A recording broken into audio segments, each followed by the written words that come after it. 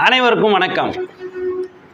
இன்றைக்கி நம்ம இந்த பதிவில் எதை பற்றி பார்க்க போகிறோம்னா, ராகு கேது பெயர்ச்சியை பற்றி பார்க்க போகிறோம்.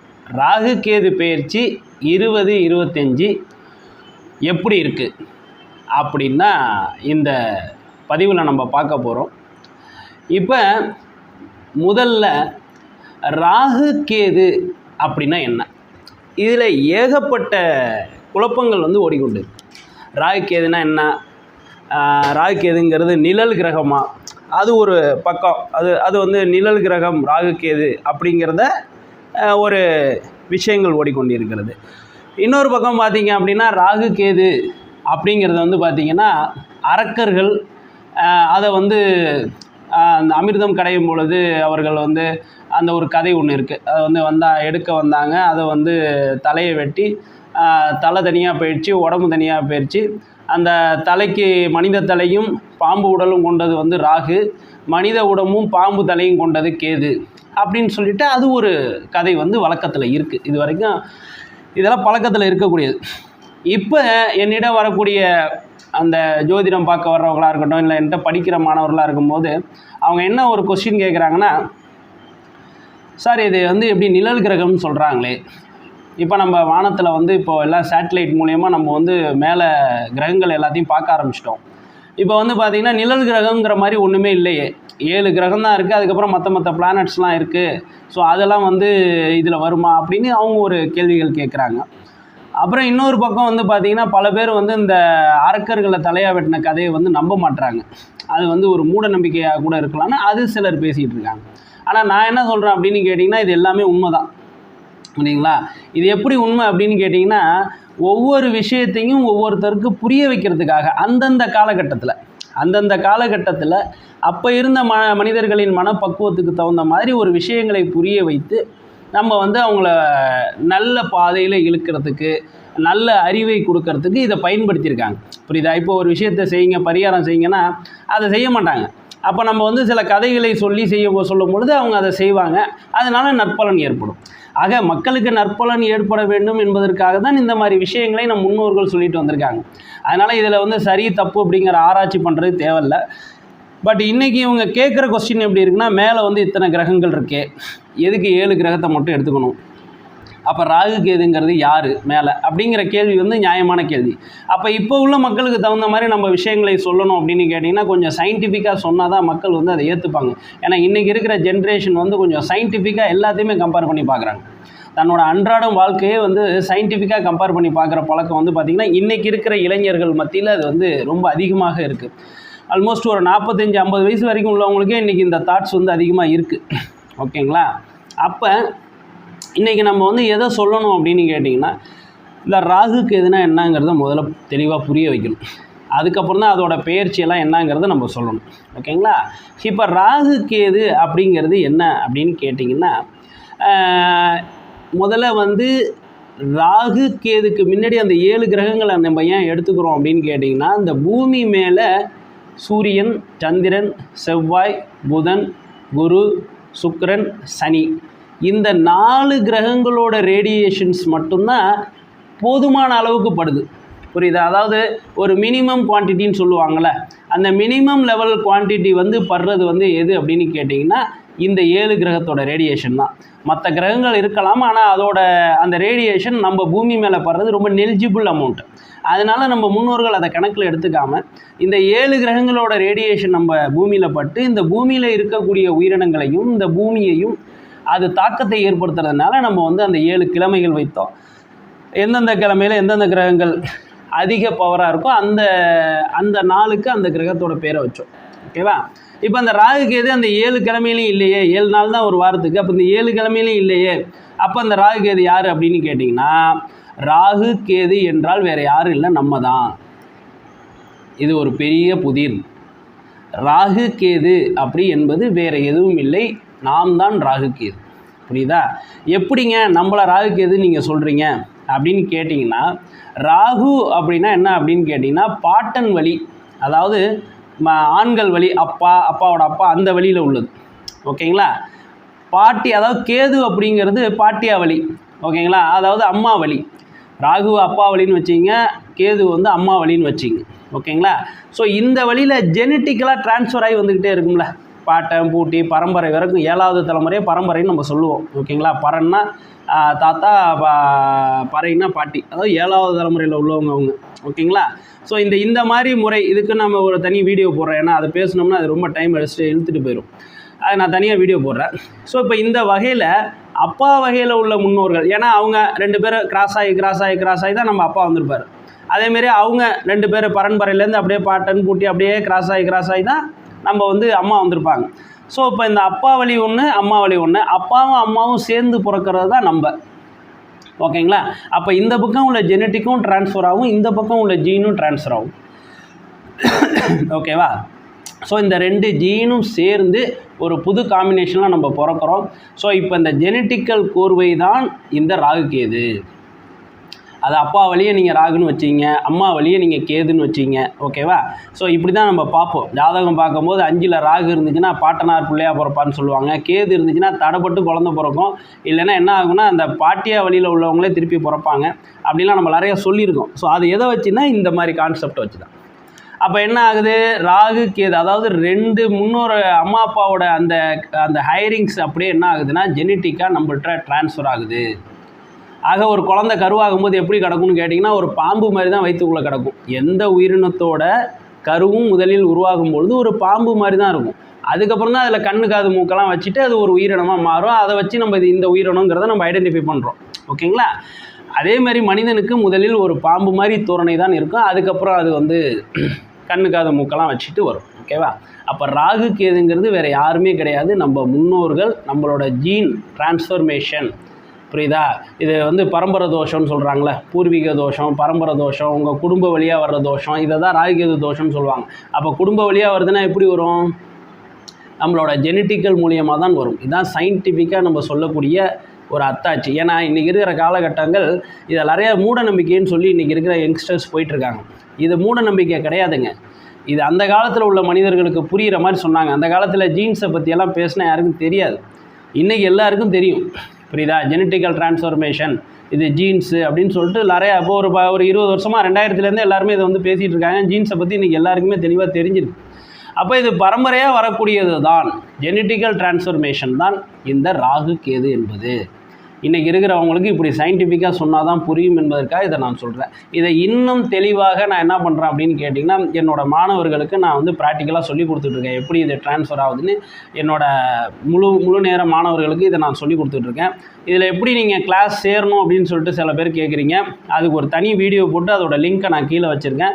இதில் என்ன கிளாஸ் எடுக்கிறோம், அது எப்படி நாங்கள் சர்டிஃபிகேட் கொடுக்குறோம், என்னென்ன புக்ஸு, சிலபஸ்ஸு அதையெல்லாம் இருக்குது அப்படிங்கிறத நான் தனி வீடியோ போட்டிருக்கேன். அந்த வீடியோவை பார்த்து இந்த கோர்ஸை பற்றி நல்லா தெரிஞ்சுக்கிட்டு விருப்பம் உள்ளவங்க நேர்லையோ இல்லை ஆன்லைன் மூலியமாகவோ எங்கள்கிட்ட சேர்ந்து படிக்கலாம். ஓகேங்களா? ஸோ இது போதுமான விளக்கம்னு நினைக்கிறேன் இந்த கட்டத்துக்கு. ஓகேங்களா? இதுக்கு மேலே விளக்கம் வேணும் என்றால் நீங்கள் யூ கேன் கெட் கிளாஸஸ். இந்த கிளாஸஸ் வரும்பொழுது தான் என்னால் இதை விட விளக்கமாக உங்களுக்கு ப்ராக்டிக்கலாகவே இந்த விஷயத்தை பற்றி சொல்லிக் கொடுக்க முடியும். ஓகே, அதனால் ஒரு விஷயத்தை ஆழமாக புரிந்து கொள்ளுங்கள். ராகு கேது என்பது நம்மளோட பரம்பரை. ஓகேங்களா? நம்மளோட வம்சம், நம்மளோட ஜெனட்டிக்கல் டிரான்ஸ்ஃபர்மேஷன், அப்பா அம்மாட்டேருந்து நமக்கு வந்து ஜெனட்டிக்கல் டிரான்ஸ்ஃபர்மேஷன். ஸோ அது ராகு கேதுங்கிறது நம்ம தான். ஓகேங்களா? இப்போ அந்த ராகு கேதுவாக இருக்கக்கூடிய நம்மளை தான் இது நாகலோகம் என்று சொல்வார்கள். ஓகேவா? அப்போ நாகலோகம்ங்கிறத பூமியை நாகலோகம் என்றும் சொல்வார்கள். அப்போ இந்த பூமியில் நம்ம வசிக்கிறோம் அப்படிங்கும்போது இந்த பூமியே ராகு கேதுவாக செயல்படுகிறது. ஓகேவா? இப்போ ஃபார் எக்ஸாம்பிள் ராகு கேது வந்து தலைகீழ தான் போகும்னு சொல்லுவாங்க. ஓகேங்களா? ராகு கேது தலைகீழ தான் போகுது, மற்ற கிரகங்கள்லாம் வலதுபுறமாக சுற்றும், ராகு கேது மட்டும் இடதுபுறமாக சுற்றி வரும்னு சொல்லுவாங்க. அது எப்படின்னு கேட்டிங்கன்னா, இப்போ ட்ரெயினில் போகும்போது நீங்கள் நிற்கிற ட்ரெயினில் நிற்கிறீங்க, இந்தாண்ட ஒரு ட்ரெயின் வேகமாக போணுச்சுன்னா நம்ம பின்னாடி போகிற மாதிரி ஒரு ஃபீல் ஏற்படும். அதுதான் அந்த ராகு கேதுங்கிறது. நம்ம பூமியில் ஸ்டாக்னண்ட்டாக வச்சுக்கிட்டு மற்ற கிரகங்களை சுற்றுறதை வச்சு நம்ம கணிக்கிறோம். அதுதான் இந்த பஞ்சாங்கங்கிறது. அப்படி கணிக்கும் போது நம்ம வந்து பின்னாடி போகிற மாதிரி இருக்கும். ஏன்னா மற்றவங்களாம் வலதுபுறமாக சுற்றும் போது நம்ம பின்னாடி போகிற மாதிரி இருக்கும், இடதுபுறமாக போகிற மாதிரி இருக்கும். அதுதான் இந்த ராகு கேது இடதுபுறமாக போகிறதுக்கான எக்ஸ்ப்ளனேஷன். ஸோ இந்த வீடியோவில் இந்த அளவுக்கு தான் நம்ம எக்ஸ்ப்ளனேஷன் கொடுக்க முடியும். ஏன்னா அது ஒரு 15 நிமிஷத்துக்குள்ளே இந்த வீடியோ நம்ம கொடுக்கணும். ரொம்ப டீட்டெயிலாக போகிறதுக்கான சூழல் இப்போ இந்த வீடியோவில் இல்லை. இது நம்ம நேரடி வகுப்பில் நம்ம இதை பற்றி இன்னும் டீட்டெயிலாக பார்க்கணும். இப்போ உங்களுக்கு இது புரிஞ்சிருக்கும்னு நினைக்கிறேன். ராகு கேதுனா என்ன, ஏன் வந்து ராகு கேது தலைகீழ சுற்றுது அப்படிங்கிற விஷயங்கள்லாம் உங்களுக்கு புரிஞ்சிருக்கும்னு நினைக்கிறேன்.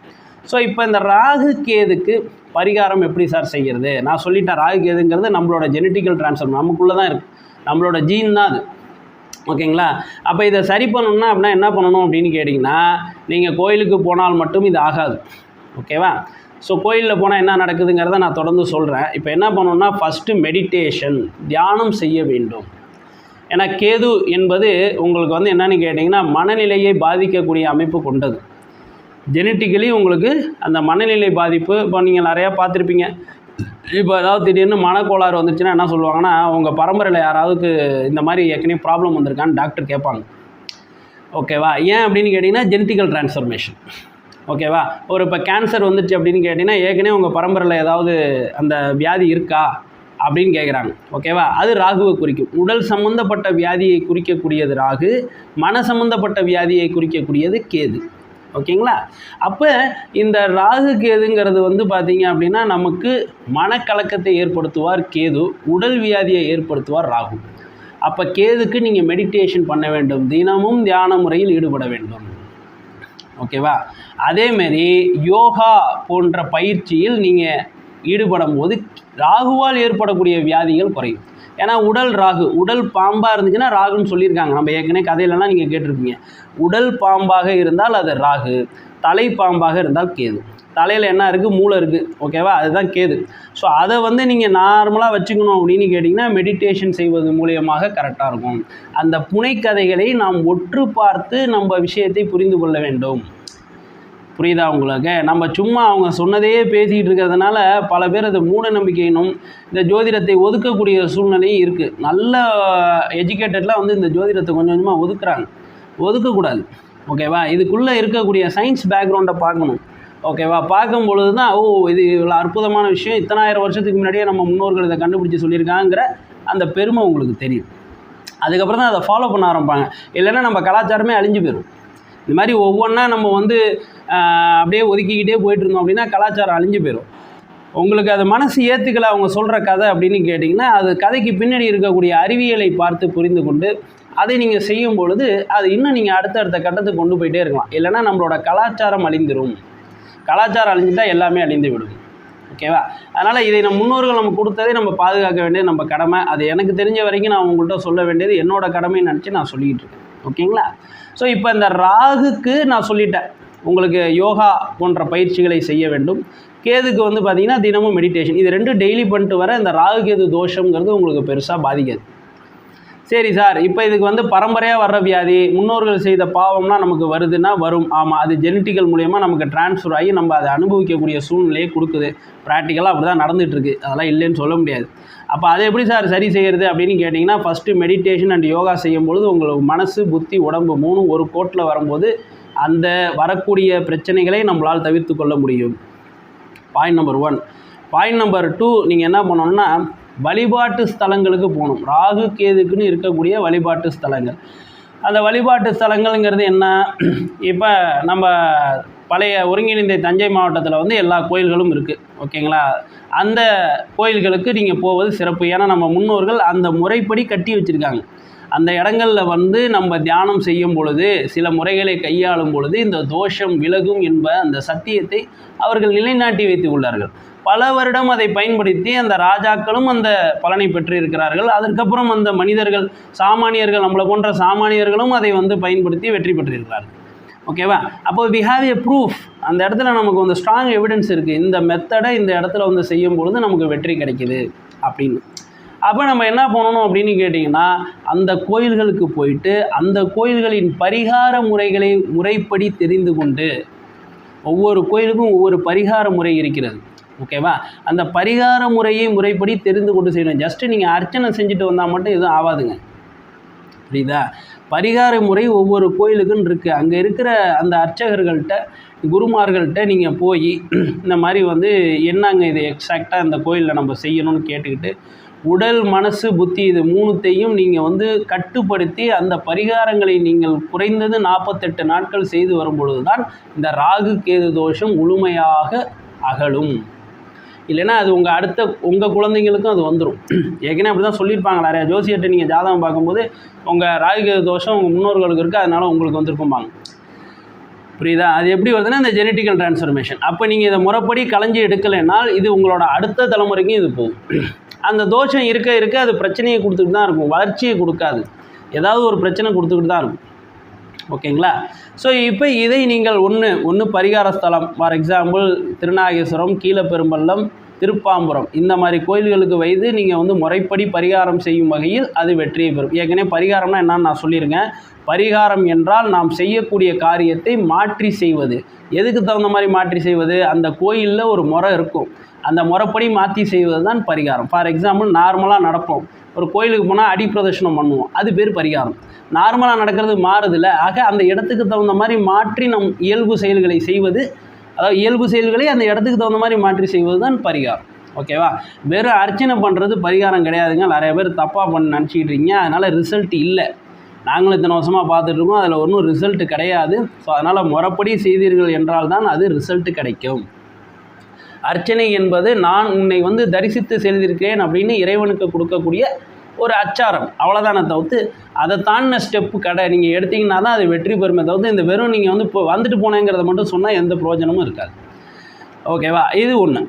இதுக்கப்புறம் இந்த ராகு கேது, நான் எங்கள் ஊரில் நாங்கள் வெளிநாடுகளில் இருக்கோம், இல்லை வெளி ஊர்களில் இருக்கோம், எங்களால் இந்த தஞ்சை மாவட்ட பகுதிக்கு வர முடியல அப்படின்னு நீங்கள் நினச்சிங்க அப்படின்னா நீங்கள் எங்கே போகணும் அப்படின்னு கேட்டிங்கன்னா, அவங்கவுங்க ஊரில் இருக்கக்கூடிய சிவன் கோயிலில் நவகிரக ஸ்தலங்கள் இருக்கும். அங்கே இருக்கக்கூடிய ராகு கேதுக்கு நீங்கள் அந்த சிவனை வழிபட்டு விட்டு அந்த ராகு கேதுவை வழிபடுவது சிறப்பு. பொதுவாக எங்கே போனாலுமே முதல்ல சிவனை தரிசித்து விட்டு அதுக்கப்புறம் தான் கிரகங்களை தரிசிக்கணும். இந்த ராகு கேதும் அப்படி தான் நீங்கள் தரிசிக்கணும். ஓகேவா? அப்போ உங்கள் ஊரில் இருக்கக்கூடிய அந்த சிவஸ்தலத்தில் இருக்கக்கூடிய நவகிரக ஸ்தலத்தில் ராகு கேதுக்கு நீங்கள் பூஜை செய்து கொண்டால் சிறப்பு கொடுக்கும். ஓகேவா? இதில் முக்கியம் மெடிடேஷனும் யோகாவும் தான். இந்த சிவன் கோயிலில் நம்ம பொதுவாக பார்த்திங்கன்னா நேராக போனோம்னா வழிபாட்டை மட்டும்தான் பார்க்க வேண்டும். அங்கே இருக்கிற பரிகார முறைகளை செய்ய வேண்டும், தியானம் செய்ய வேண்டும், அமைதி காத்து மிகவும் அமைதியாக வழிபட்டு வர வேண்டிய ஸ்தலம் அது. அது பல சித்தர்கள் அங்கே இருப்பாங்க. அது நம்ம ஆர்ப்பாட்டம் செஞ்சு விளையாடக்கூடிய இடம் கிடையாது. ரொம்ப பேர் பார்த்திங்க அப்படின்னா கோயிலுக்கு வர்றது நம்ம எஸ்கர்ஷன் வர்ற மாதிரி வருவாங்க. அப்படிலாம் இருக்கக்கூடாது. அது அமைதியாக, சுத்தமாக, நிம்மதியாக, ஒரு தனிமையை விரும்பி நம்ம அந்த இடத்துல தியானம் செய்து இருக்கும் பொழுது தான் அது சிறப்பை கொடுக்கும். சிவன் கோயிலுங்கிறது அந்த மாதிரி தான். அதில் இன்னும் நிறைய முறைகள் இருக்குது, அதை நான் தனி வீடியோவாக சொல்கிறேன். புரியுதா? அதேமாரி வழிபாட்டு முறைகள் அப்படின்னு பார்க்கும்போது பார்த்திங்க அப்படின்னா அதில் நிறையா லெவல் இருக்குங்க. ஒரே முறை மட்டும் கிடையாது, அதில் நிறையா லெவல் இருக்குது. ஒரு குறிப்புக்கு சொல்லணும் அப்படின்னு கேட்டிங்கன்னா, உயிரற்ற பொருள்லையே, புரியுதா, நம்ம இப்போ மலத்தை எடுத்துக்கலாம். புரியுதுங்களா? மலம் உயிரற்ற பொருள் அப்படின்னு நம்ம அதை எடுத்துக்கலாம். ஓகேவா? மலத்தை எல்லாருமே என்ன பார்ப்பாங்க, ஒரு மாதிரி மதிப்பு குறைவாக தான் பொதுவாக எல்லாருமே பார்ப்பாங்க. ஓகேவா? அந்த மலத்தை எடுத்துக்கலாம். ஓகேவா? அதே மாதிரி உயிருள்ள பொருள் எல்லாருமே எப்படி பார்ப்பாங்கன்னு கேட்டிங்கன்னா, புல் இருக்குல்ல, புல்லை பாட்டுக்கு அவன் பாட்டு மேய்ச்சிட்டு போவான். அதை பார்த்திங்கன்னா கொஞ்சம் மற்ற மரம் செடி கொடியை விட புல்லை தான் பார்த்திங்கன்னா எல்லாருமே ரொம்ப மதிப்பு குறைவாக நினைப்பார்கள். ஓகேவா? அப்படிப்பட்ட புல்லை எடுத்துக்கலாம். அப்போ இந்த மலத்தை பிடிச்சி, அதாவது சாணியை பிடிச்சி, மாட்டு சாணத்தை பிடிச்சி அதில் இந்த புல்லை எடுத்து சொருவி வச்சு அதை என்னை வழிபட்டாலும் நான் இருப்பேன் என்று சொல்கிறார் இறைவன். ஓகேயா? எதெல்லாம் நீ மதிப்பு குறைவுன்னு நினைக்கிறியோ அதெல்லாம் எடுத்து வச்சு கூட அதில் நான் இருக்கிறேன், அதை நீ வழிபடு, அதிலேயும் நான் உனக்கு அருள்கிறேன் என்று சொல்கிறார் இறைவன். இது ஒரு லெவல். ஓகேவா? இன்னும் கடைசி லெவல் எப்படின்னா, எனக்கு தெரிஞ்ச இடத்துல மட்டும் இல்லை, எனக்கு தெரியாத இடத்துலையும் நீ தான் இருக்கிற அப்படின்னு சொல்கிறது கடைசி லெவல். இதுக்கு நடுவில் நிறையா லெவல் இருக்குது. சரிங்களா? அதை பற்றியும் நான் ஒரு தனி வீடியோ போடுறேன். இப்போ இதில் என்ன பிரச்சனை அப்படின்னு கேட்டிங்கன்னா, இது ரெண்டுமே பிரச்சனை கிடையாது. இதில் எங்கே பிரச்சனை வருது அப்படின்னு கேட்டிங்கன்னா, இப்போ இந்த 2வது லெவல் 3வது லெவலில் இருக்கிறவனுக்கு இந்த முதல் லெவலில் 2வது லெவலில் செய்கிற வழிபாட்டு முறை மூட நம்பிக்கையாக தெரியுது. புரியுதா? அவனுக்கு மேலே செய்யக்கூடிய முறைகள் அவனுக்கு என்னன்னே புரியலை. அதை பல பேர் அது அப்படி இது இப்படின்னு ஏதோ சொல்லிட்டு போகிறாங்க. ஓகேங்களா? அதை மூட நம்பிக்கைங்கிறாங்க. சில பேர் இல்லை, அதை இப்படி அப்படின்னு நிறையா இருக்குது. ஓகேவா? இந்த மாதிரி உங்களுக்கெல்லாம் தெரியும், நீங்கள் கேள்விப்பட்டிருக்கீங்க, அந்த மாதிரி சொல்லிட்டு போகிறாங்க. ஆக இவங்களுக்கு எந்த முறை தெரிஞ்சிச்சோ அந்த முறையை சரி என்றும், தெரியாத மற்ற முறைகளை தவறென்றும் நினைக்கிறார்கள். அது தப்பு. அப்படி கிடையாது.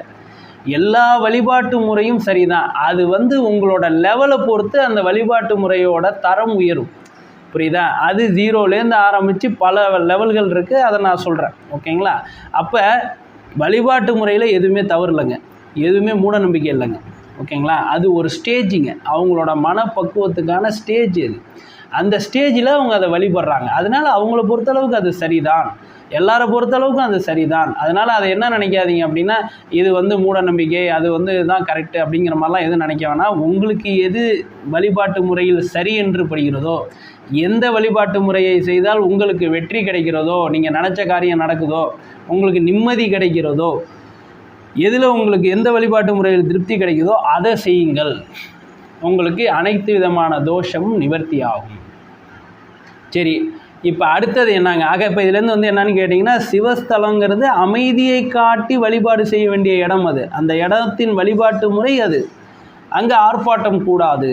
ஓகேவா? அங்கே என்ன வழிபாடு முறைகள் நம்ம முன்னோர்கள் சொல்லியிருக்காங்கன்னா அது எல்லாத்தையும் நீங்கள் சிறப்பாக செய்யலாம். ஓகேங்களா? அதில் எந்த விதமான மாற்றம் இல்லை. அங்கே போயிட்டு இந்த கதை பேசுகிறது, ஊர் கதை பேசுகிறது, அது பண்ணுறது இது பண்ணுறது, அந்த மாதிரி ஒரு மாதிரி விளையாட்டுத்தனமான வேலைகள்லாம் செய்கிறதெல்லாம் தவிர்த்து விட்டு தியான முறையிலிருந்து சிவபெருமானை நோக்கி நீங்கள் வழிபடும் பொழுது உங்களோட ராகு கேது தோஷம் கண்டிப்பாக விகழும். அதில் எந்த விதமான மாற்றம் இல்லை. எந்த கிரக தோஷமாக இருந்தாலும் அந்த கிரகஸ்தலத்துக்கு போய் நீங்கள் அந்த வழிபாட்டு முறையை செய்து தியானம் செய்யும்போது அந்த கிரக தோஷம் வழிபடும், கண்டிப்பாக விலகிவிடும். ஓகேவா? ஸோ இது ஒன்று. இப்போ அடுத்தது என்னங்க அந்த ராகு கேது தோஷத்துக்கு அப்படின்னு கேட்டிங்கன்னா, அடுத்த முறை முன்னோர்களுக்கு திதி கொடுப்பது. முன்னோர்களுக்கு பல பேர் திதி கொடுப்பதே இல்லை. புரியுதா உங்களுக்கு? அது வந்து நம்ம எந்த வகையிலையும் அவங்கள பிரிக்க முடியாது. இவங்க மட்டும்தான் திதி கொடுக்கலாம், அவங்க மட்டும்தான் இல்லை. எல்லா இதுலேயும் வந்து பார்த்திங்க அப்படின்னா திதி கொடுக்காதவர்கள் இருக்கிறார்கள். புரியுதா? அவங்க பணக்காரனாக இருக்கட்டும், ஏழையாக இருக்கட்டும். ஓகேவா? திதி கொடுக்காதவங்க எல்லா மட்டத்திலையும் இருக்கிறாங்க. அப்படி இருக்கக்கூடாது. ஒவ்வொரு வருடமும் தான் முன்னோர்கள் இறந்த நேரத்தில், அதாவது இறந்த திதியில் நீங்கள் போய் முறைப்படி அதற்கான ஸ்தலங்களில் இல்லை அதற்கான முறைகளிலும் அதற்கான இடங்களிலும் அதற்கான ஸ்தலங்களிலும் நீங்கள் கரெக்டாக போய் அந்த திதியை கொடுத்துட்டு வர்றீங்க அப்படின்னா இந்த ராகுகேது தோஷம் வராதுங்க. அடுத்த ஜென்ரேஷனுக்கு இந்த ராகுகேது தோஷம் வராது. ஏன்னா ராகுகேதுனா ஏற்கனவே சொல்லிட்டேன், முன்னோர்கள்னு சொல்லிட்டேன். ஸோ இதை செய்வது மூலியமாக பெருமளவு ராகுகேது தோஷத்தையும் அதற்கான கெடு பலன்களையும் நாம் தவிர்க்க முடியும். அடுத்த ஜென்ரேஷனுக்கு அந்த ராகுகேது சுகமாக போகக்கூடிய அமைப்பில் வரும். ஏன்னா இதில் இன்னொரு விஷயம் என்னென்னா, இந்த ராகுகேது 12 கட்டத்தில் ஏதாவது ஒரு கட்டத்தில் கண்டிப்பாக வரும்.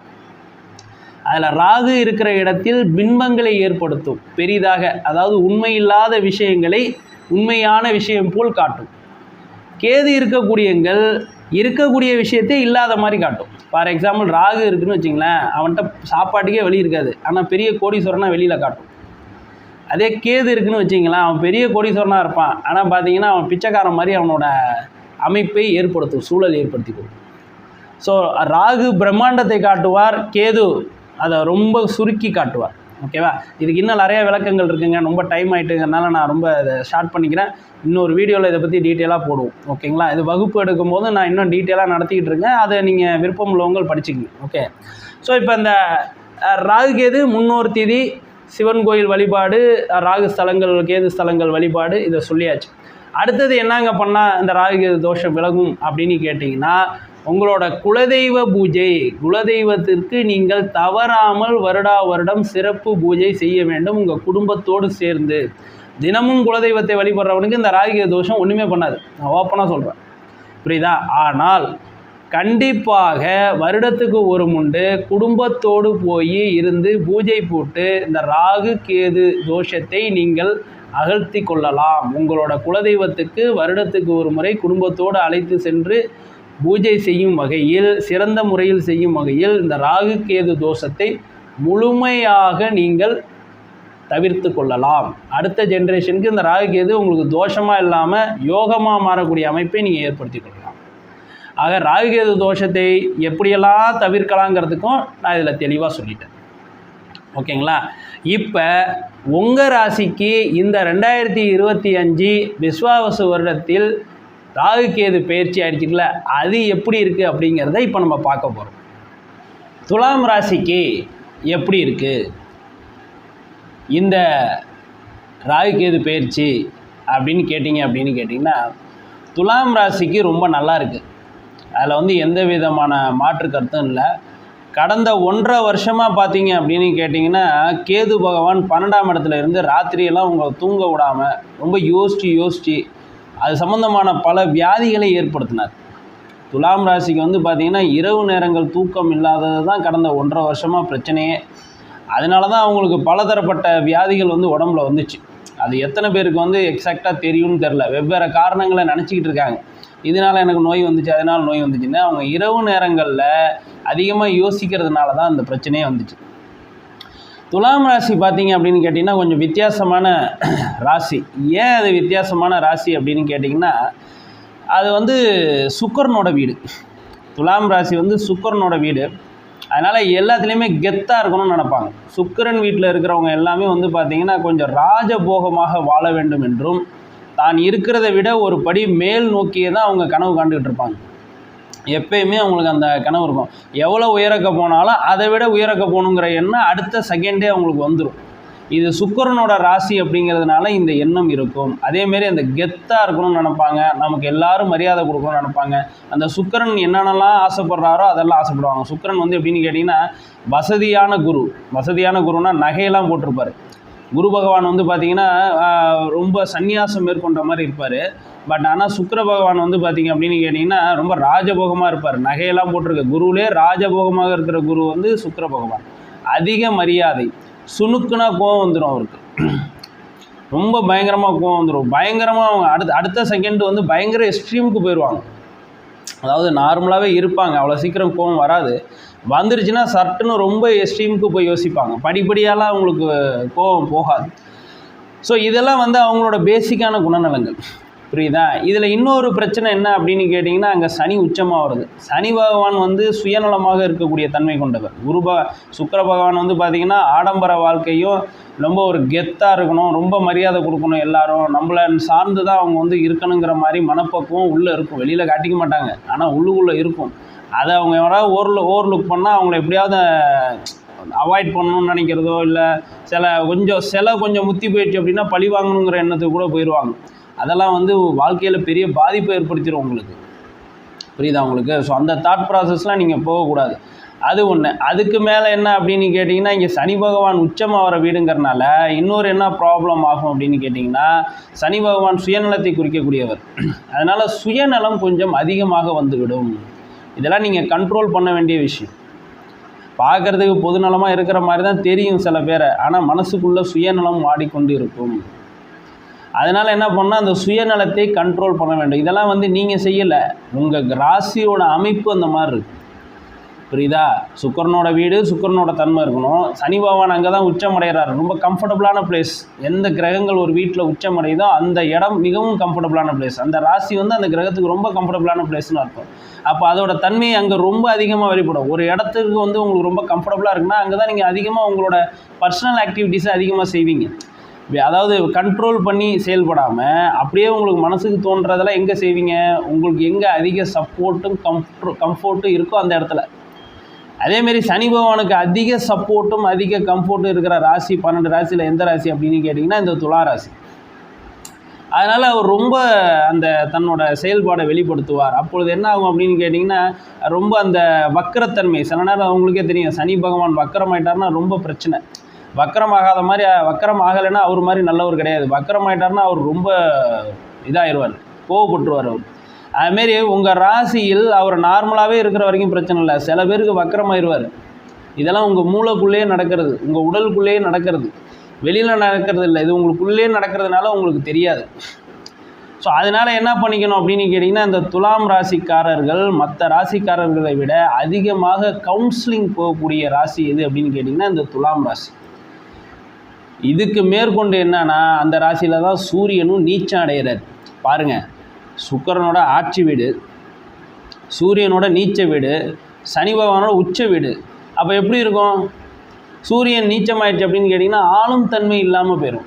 இப்போ நீங்கள் எல்லாமே இருக்கும், அதாவது நீங்கள் வந்து ஒரு கௌரவத்தை எதிர்பார்க்குறீங்க, மரியாதை எதிர்பார்க்குறீங்க, நமக்கு இதெல்லாம் கிடைக்கணும் அப்படிங்கிறதெல்லாம் எதிர்பார்க்குறீங்கன்னா அப்போ ஆள்ற தன்மை இருந்தால் மட்டும்தானே அதெல்லாம் உங்களுக்கு கிடைக்கும். ஆனால் ஆளும் தன்மையான சூரிய பகவான் அங்கே நீச்சமாகிறார். அப்போ ஆள்ற தன்மை உங்களுக்கு குறைவாக இருக்கிறது. இதான் பிரச்சனை. நல்லா புரிஞ்சுங்க. உங்களுக்கு மனசில் ஏற்படக்கூடிய இவ்வளோ பிரச்சனைக்கும் காயங்களுக்கும் காரணம் என்ன அப்படின்னு கேட்டிங்கன்னா உங்களோட ராசியோட அமைப்பு. உங்களுக்கு எல்லா ஆசையும் கொடுத்து எல்லா விதமான தன்மைகளையும் உங்கள் மனசுக்குள்ளே ஏற்படுத்தி விட்டுட்டு அதற்கான சூழல் இல்லாத அமைப்பை கொடுத்து விடுகிறார் இறைவன். இயற்கை, இறைவன் சொல்ல முடியாது இந்த இடத்துல, இயற்கைன்னு தான் நம்ம சொல்லணும். அந்த ராசியோட அமைப்பு. அதனால இவங்க பார்த்தீங்க அப்படின்னு கேட்டிங்கன்னா கொஞ்சம் ஜென்ரலாகவே துலாம் ராசிக்காரர்கள் அப்படியே ஒரு மாதிரி அந்தளவுக்கு யார்ட்டையும் பேச மாட்டாங்க. அவங்களுக்கு மனசுக்குள்ளே ஒன்று இருக்கும், வெளியில் ஒன்று இருக்கும். அவங்களால ஒரு கிளாரிட்டியான மைண்ட் செட்டில் இருக்க முடியாது. ஒரு மாதிரி உம்முன்னு தான் இருப்பாங்க. நம்ம பேசினா தான் பேசுவாங்க. ரெண்டாவது ஒன்று குறிப்பிட்ட ஆளுகள்கிட்ட மட்டும்தான் அவங்க பேசுவாங்க. எல்லார்ட்டையுமே அவங்க வந்து மனசு விட்டு பேச மாட்டாங்க. பட் ஜென்ரலாக பேசுகிற மாதிரி தெரியும், சிரித்து பேசுகிற மாதிரி தெரியும். பட் ஆக்சுவலாக அது இருக்காது, உள்ளுக்குள்ளே வேறு ஏதாவது இருக்கும். அதுக்கு காரணம் இந்த 3 கிரகங்கள் செய்யக்கூடிய வேலை தான். இதை ஏன் நம்ம பேசிகிட்டு இருக்கோம்னா, ஏற்கனவே அவங்க நிறையா யோசித்து மென்டலி டிப்ரெஸ்டாக இருக்கக்கூடிய டைப்பு. 10ஆவதுக்கு 12ல் வேற கேது இருந்துச்சுல, அது ரொம்ப யோசித்து எல்லாம் நெகட்டிவாக ஆகி இப்போ உங்களை சுற்றி எல்லாமே நெகட்டிவாக தான் இருக்குது. ரொம்ப மன அழுத்தத்தில் உள்ளுக்குள்ளே இருக்கீங்க. வெளியில் எப்படி காட்டிக்கிட்டாலும் கொஞ்சம் மனப்பக்குவமானவங்க, பெரிய ஸ்டேட்டஸில் உள்ளவங்க வெளியில் கொஞ்சம் பாசிட்டிவாக காட்டிப்பாங்க. அதெல்லாம் கொஞ்சம் கம்மியாக இருக்கக்கூடிய மக்கள் பளிச்சுன்னு வெளியில் காட்டிப்பாங்க. அவ்வளோதான். என்ன சார் அவங்களுக்கு அப்படி இருக்காங்க, இவங்க அப்படி இருப்பாங்கன்னா அவங்கவுங்க சூழல் தாங்க அதை எப்படி வெளில காட்டுதுங்கிறது இருக்குது. புரியுதா? அவங்க சூழல் பெருசாக ஒன்றும் இல்லை அப்படின்னா டக்குன்னு காட்டிடுவாங்க. கொஞ்சம் மாதிரியான ஒரு கம்யூனிட்டிக்குள்ளே இருக்கிறாங்க அப்படின்னு கேட்டிங்கன்னா அப்போ கொஞ்சம் ஜாக்கிரதையாக ரியாக்ட் பண்ணுவாங்க. அவ்வளோதான். இங்கே கம்யூனிட்டிங்கிறது நான் ஜாதியை குறிக்கலை, அவங்க வாழக்கூடிய சொசைட்டியை நான் குறிக்கிறேன். புரியுதா உங்களுக்கு? ஸோ இந்த மாதிரியான விஷயங்கள் தான் இந்த வெளிப்படக்கூடிய தன்மை ஒவ்வொருத்தருக்கும் மாறுதே தவிர்த்து, பட் உள்ளே இருக்கிறது இது தாங்க இருக்குது. அவங்க வாழ்க்கையில் நடந்துட்டு இதுதான் இருக்குது. மற்றபடி அந்த ராசியை பற்றி நம்ம பார்க்கும்போது டீட்டெயிலாக நம்ம பார்ப்போம். ஓகேவா? இப்போ வந்து ராகுகேது பயிற்சியை பொறுத்தளவுக்கு ஏற்கனவே இந்த மாதிரி தன்மை உள்ளவங்களுக்கு 12ல் கேது இருக்கும்போது அவங்க ரொம்ப யோசித்து பிரச்சனையான சூழ்நிலையை ஏற்படுத்தி வச்சுருக்காங்க. இப்போ 11ல் கேது வந்து விட்டார். இந்த பிரச்சனையெல்லாம் உங்களுக்கு முடிஞ்சிடுச்சுன்னு அர்த்தம். இனிமேல் நீங்கள் சந்தோஷமாக இருக்கலாம், நிம்மதியாக இருக்கலாம், எந்த பிரச்சனையும் கிடையாது. ஒரு நல்ல அமைப்பு ஏற்பட்டு விட்டது. ஓகேங்களா? ஆனால் 11ல் வந்த கேது என்ன பண்ணுவார்? ஏன்னா லாபஸ்தானத்துக்கு கேது வரக்கூடாது. பொதுவாகவே சூரியனோட வீட்டுக்கு கேது வந்துடுச்சுன்னா எல்லாம் தலைகீழ நடக்கும். புரியுதுங்களா உங்களுக்கு? வெயில் காலத்தில் மழை பெய்யும், மழை காலத்தில் வெயில் பெய்யும், வெயில் அடிக்கும், ஒரு மாதிரியான சுச்சுவேஷன் தான் இருக்கும். புரியுதா உங்களுக்கு? ஏன்னா கேது சூரியனை போய் கேது பிடிச்சிட்டாரு. அப்போ சூரியனுக்கான வலு இழந்துட்டார்னு அர்த்தம். சூரியன் வலு இழந்துட்டார்னா என்ன ஆகும்? அவரோட தன்மை குறைந்து விடும். பார்த்தீங்கன்னா எல்லா இடத்துலையும் மழை பெஞ்சிக்கிட்டு இருக்குது. ஏன் எல்லா இடத்துலையும் மழை பெஞ்சிக்கிட்டு இருக்குது? அது காரணம் அக்னி நட்சத்திரத்தில் பொதுவாக மழை பெஞ்சால் நல்லதில்லை, அது வேறு ஒரு சாஸ்திரம். ஆனால் இப்போ எப்படி அக்னி நட்சத்திரங்கிறது வெயில் சுட்டெரிக்கும், அப்பப்போ மழை பெய்யும் ஒரு சில இடங்களில், அதெல்லாம் வந்து வழக்கமாக நடக்கிறதா. ஆனால் அடமழை மாதிரி பெஞ்சிக்கிட்டு இருக்குது. இப்போ அதுக்கு காரணம் என்ன அப்படின்னு கேட்டிங்கன்னா கேது சூரியனை பிடித்ததனால் ஏற்படக்கூடிய தன்மை. ஆக பொதுவாகவே 1.5 ஆண்டுகள் வந்து அந்தளவுக்கு சிறப்பாக இருக்காது எல்லா மட்டத்துலேயும். இதை நான் பல வீடியோவில் நான் சொல்லிட்டேன். அதனால் நான் அதிகமாக சொல்ல விரும்பலை. பொதுவாகவே எல்லா மட்டத்திலையும் குறிப்பாக தலைவர்கள், அது குடும்ப தலைவராக இருக்கட்டும் இல்லை எதுக்கு தலைவராக வேணாலும் இருக்கட்டும், தலைவர் அமைப்பில் இருக்கக்கூடியவங்களுக்கு அடுத்த 1.5 ஆண்டு காலங்களுக்கு வந்து சரியாக இருக்காது. அது ரொம்ப அதிகமாக இருக்கும். ஆனால் பொதுவாகவே உலகத்தில் ஒரு பதட்டமான சூழ்நிலை எல்லா இடத்துலையும் எல்லார் வீட்லேயும் நடக்கக்கூடிய தன்மை தான் இந்த 1.5 ஆண்டுக்காண்டு. இது ராசியெல்லாம் தாண்டினது இந்த விஷயம். பட் ஸ்பெசிஃபிக்காக வந்து பார்த்திங்கன்னா இந்த உங்கள் ராசிக்கு எப்படி இருக்குன்னா 11ஆம் வீடுங்கக்கூடிய லாபஸ்தானத்துக்கு கேது வரக்கூடியது. கேது வந்தால் என்ன ஆகும் அப்படின்னு கேட்டிங்கன்னா லாபஸ்தானம் குறையும். உங்களுக்கு வரக்கூடிய பாசிட்டிவிட்டி கம்மியாக இருக்கும், நெகட்டிவிட்டி அதிகமாக இருக்கும். இதெல்லாம் எதோட எஃபெக்ட்னு கேட்டிங்கன்னா போன 1.5 வருஷம் நீங்கள் பண்ண சில பதட்டமான விஷயங்கள்னால், நீங்கள் கொஞ்சம் யோசிக்காமல் செஞ்சதுனால், நீங்கள் கைடன்ஸ் இல்லாமல் செஞ்சதுனால் அதோட விளைவை இப்பொழுது நீங்கள் அனுபவிக்கிற மாதிரி இருக்கும். அதனால் 11ல் போனால் லாபம் மட்டும் வராதுன்னா பணம் மட்டும் கிடையாது, எந்த ஒரு விஷயத்திலும் உங்களுக்கு ஒரு லாபமான அமைப்பு ஏற்படாது. அதில் தடை ஏற்படும், பிரச்சனைகள் ஏற்படும். ஸோ இந்த காலகட்டத்தில் நீங்கள் ஜாக்கிரதையாக நடந்து கொள்ள வேண்டும். இல்லைன்னா பல விஷயங்கள் நீங்கள் இழக்கிற மாதிரியான சூழ்நிலை ஏற்பட்டுக்கிறோம். ரொம்ப ஜாக்கிரதையாக இருக்கணும். தொழிலாக இருந்தாலும் சரி, வேலைக்கு போனாலும் சரி, எதாக இருந்தாலும் சரி. இப்போ வந்து நான் நினச்ச சம்பளம் கொடுக்கல, இல்லை சம்பளம் பெண்டிங் இருக்குது, இல்லை வந்து வேறு ஏதோ ப்ரமோஷன்ஸ் இல்லை, எதை பற்றியுமே இப்போ நீங்கள் வந்து யோசிக்க வேணாம். இருக்கிற வேலையை காப்பாற்றி கொண்டு வர்றது வந்துடும். அதிலலாம் எந்த விதமான மாற்று கருத்தும் கிடையாது. கண்டிப்பாக வந்துடும் உங்களுக்கு. ஏன்னா அடுத்த ராகுகேது பயிற்சி இன்னும் உங்களுக்கு சிறப்பாக இருக்குது. அதனால் வர வேண்டியது வந்துடும், அதெல்லாம் மேட்ரு கிடையாது. போன ராகுகேதில் இருந்த சூழ்நிலையோட இப்போ இருக்கிறது நல்லா தான் இருக்குது. கொஞ்சம் பணம் வர்றது போகிற வரத்தில் சில காரியங்கள் நடக்கிறத சற்று தடைப்பட்டு நடக்குமே தவிர்த்து பெரிய பிரச்சனை இருக்காது. ஆனால் அவசரப்பட்டு கொண்டு வேலையை விட்டு போகிறதோ, இல்லை நீங்கள் வந்து இந்த லாபம் கிடைக்கலன்னு தொழிலை விடுறதோ, இல்லை ஏதோ ஒன்று நீங்கள் வந்து சரியாக டக்குன்னு நீங்கள் பண்ணிட்டு போனீங்க அப்படின்னா ரொம்ப விதமான மன கஷ்டத்துக்கும் பிரச்சனைக்கும் பொருளாதார சீர்கேடுக்கும் நீங்கள் ஆளாகிற மாதிரி இருக்கும். அதனால் அதெல்லாம் வந்து எதுவும் யோசிக்காமல் இருக்கிறத அப்படியே ஆசிட்டிஸ் ஓட்டிங்க, எல்லாமே பெட்டராக இருக்கும். அதில் எந்த விதமான பிரச்சனையும் இல்லை. அது இங்கே வேலை பார்க்குறவங்களா இருந்தாலும் சரி, வெளிநாட்டில் வேலை பார்க்குறவங்களா இருந்தாலும் சரி, கவர்மெண்ட் ஜாபாக இருந்தாலும் சரி, தொழில் செய்கிறவங்களா இருந்தாலும் சரி, இதுதான் சூழ்நிலை. எதையும் போட்டு பெருசாக அழட்டி கொள்ள வேண்டாம். புரியுதா? இது ஒன்று. சரி, இப்போ இந்த ராகு எங்கே இருக்கார் அப்படின்னு கேட்டிங்கன்னா, ராகு 5ஆம் வீட்டில் இருக்கார். ராகு வந்து 5ஆம் வீட்டில் இருந்தால் என்ன சார் ஆகும்? ஏற்கனவே எங்கே இருந்தார் சார்னா, ஏற்கனவே 6ஆம் வீட்டில் இருந்தார். 6ஆம் வீட்டில் இருந்தால் என்ன ஆகும் அப்படின்னு கேட்டிங்கன்னா, ஏதாவது ஒரு எதிர்ப்பு இருந்துக்கிட்டே இருந்துருக்கும். பொழுதன்னைக்கு எந்த காரியத்திலையும் ஒரு எதிர்ப்பு, ஒரு நிம்மதி இல்லாத சூழ்நிலை, ஏதாவது ஒரு வயதானவர்கள்னால பிரச்சனை, இந்த மாதிரி நிறையா விஷயங்கள் வந்து போயிட்டே இருக்கும். புரியுதா உங்களுக்கு? ஏன்னா ராகு அப்படிங்கிறது உங்களுக்கு ஆண்களில் வயதானவர்களை குறிக்கக்கூடிய தன்மை கொண்டது. ஓகேங்களா? ஸோ அதனால் வயதான தன்மை கொண்டவர்கள் யாராக இருந்தாலும் சரி, அது வந்து பார்த்திங்கன்னா சில வீட்டில் வந்து பார்த்திங்கன்னா பெண்கள்னால பிரச்சனை ஏற்பட்டிருக்கும். ஆக்சுவலாக அது பெண்கள்னால ஏற்பட்ட பிரச்சனை இல்லை. அதுக்கு பின்னாடி பார்த்திங்க அப்படின்னா ஒரு வயசான ஆம்பளை இருப்பாங்க. அது தெரியாது, பார்க்குறதுக்கு பொம்பளை மாதிரி தெரிஞ்சிருக்கும். அதுக்கு பேக்கப்பில் பார்த்திங்கன்னா ராகு இருந்திருக்கும். புரியுதா? ராகு வந்து வெளியில் தெரியாமல் அப்படியே ஏதாவது கலப்பி விட்டு போயிடும். ஆனால் அதுலேருந்து மாட்டிட்டு முழிக்கிறது நம்ம தான் மாட்டிட்டு முழிப்போம். புரியுதா? ஆக நீங்கள் பார்த்தது எதுவுமே உண்மை கிடையாது. அதுக்கு பின்னாடி ஒரு ஆள் இருந்திருக்கும். அது உங்களுக்கு தெரியாது, மறைஞ்சிருக்கும். இப்போ அதெல்லாம் வெளிப்பட ஆரம்பிக்கும். ஏன்னா 6ல் இருந்த ராகு இப்போ எங்கே வந்துட்டார்? உங்களுக்கு எதிரி ஸ்தானத்தில் இருந்தவர், வியாதி ஸ்தானத்தில் இருந்த ராகு இப்பொழுது அங்கேருந்து விலகிட்டார். அதனால் உடல் குணமாகும். உடல் வந்து உடல்நிலை, மனநிலை எல்லாமே நல்ல இடத்துக்கு வரும், நல்ல ஒரு அமைப்புக்கு வரும். அதிலெல்லாம் எந்த விதமான மாற்று கருத்தும் இல்லை. அதே மாதிரி வந்து பார்த்திங்க அப்படின்னா இந்த எதிர்ப்புகளும் குறைஞ்சி, பிரச்சனையும் குறைஞ்சி, இப்போ கொஞ்சம் வீடு அமைதியான சூழ்நிலையை பெறும். ஓகேங்களா? அப்போ துலாம் ராசிக்கு இப்போ அந்த ஏற்கனவே இருந்தது தான் பிரச்சனை, இப்போ எல்லாம் நல்லா தான் இருக்குது. ஆனால் இப்போ 5ல் வந்திருக்கிற ராகு என்ன பண்ணுவார்? 6லேருந்து 5க்கு வந்துட்டார். அவர் எப்பயுமே ரிவர்ஸில் தானே வர்றாரு. அதனால் 6லேருந்து 5க்கு வந்துட்டார். இப்போ 5க்கு வந்த ராகு என்ன பண்ணுவார் அப்படின்னு கேட்டிங்கன்னா, கொஞ்சம் பூர்வ புண்ணிய ஸ்தானத்தில் பிரச்சனையை ஏற்படுத்துவார். அதில் நீங்கள் கொஞ்சம் ஜாக்கிரதையாக இருந்திருக்கணும்.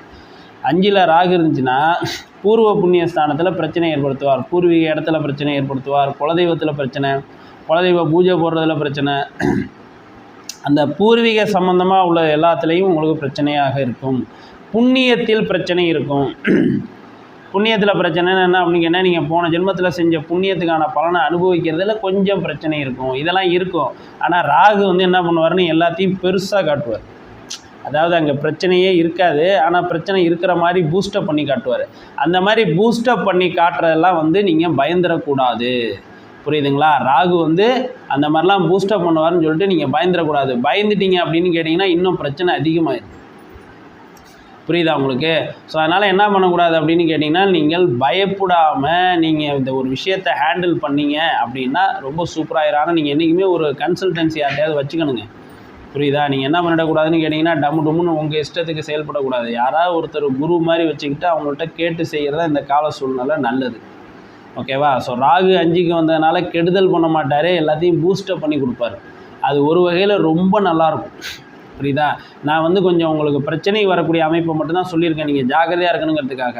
பட் ஆனால் நல்ல அமைப்பையும் கொடுப்பார். 5ல் வர்ற ராகு வந்து பார்த்திங்கன்னா நல்ல பூஸ்டப்பை கொடுப்பார், நல்ல ஒரு எனர்ஜியை கொடுப்பார். புரியுதுங்களா? நிறையா புண்ணியங்களை சேர்த்து கொண்டு வந்து கொடுப்பார். கோயிலுக்கெல்லாம் நான் சொன்ன பரிகார கோயிலுக்கெல்லாம் நீங்கள் போனீங்கன்னா இது அப்படியே பாசிட்டிவாக நிறையா மாறும். புரியுதா? ஏன்னா ராகு பொதுவாகவே வந்து பார்த்திங்கன்னா எல்லாத்தையுமே அதிகப்படுத்தி தான் கொடுப்பார், குறைக்க மாட்டார். ஸோ அதனால் பிரச்சனை இல்லை. ஓகேங்களா?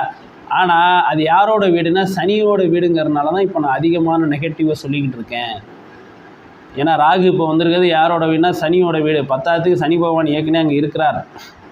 சனி பகவான் ஏற்கனவே அங்கே இருக்கிறனால உங்களுக்கு புத்திரஸ்தானத்தில் பிரச்சனை ஓடிக்கிட்டுருக்கு. பிறந்த குழந்தைகளில் பிரச்சனை இருக்குது, சில பேருக்கு குழந்தை பிறக்கிறதுல பிரச்சனை ஓடிக்கிட்டு இருக்குது.